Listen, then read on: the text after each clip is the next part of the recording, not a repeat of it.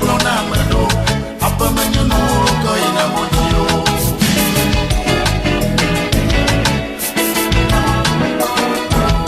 Enu ye onya obrana deta. Amasiame abletwa ya kitimola. Amelu de soga ko haya tokona. Amafajume mano yena.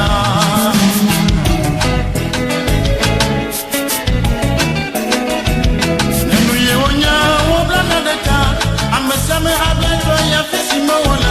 Amelu de soga ko haya tokona. Amafajume mano yena.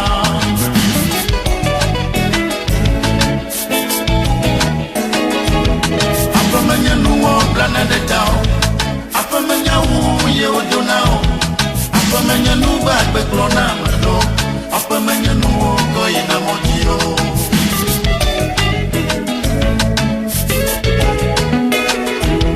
Apamanya nuwo blana de tao. Apamanya wu ye odonao. Apamanya nuba gbe klona melo. Apamanya nuwo ko ina mojio.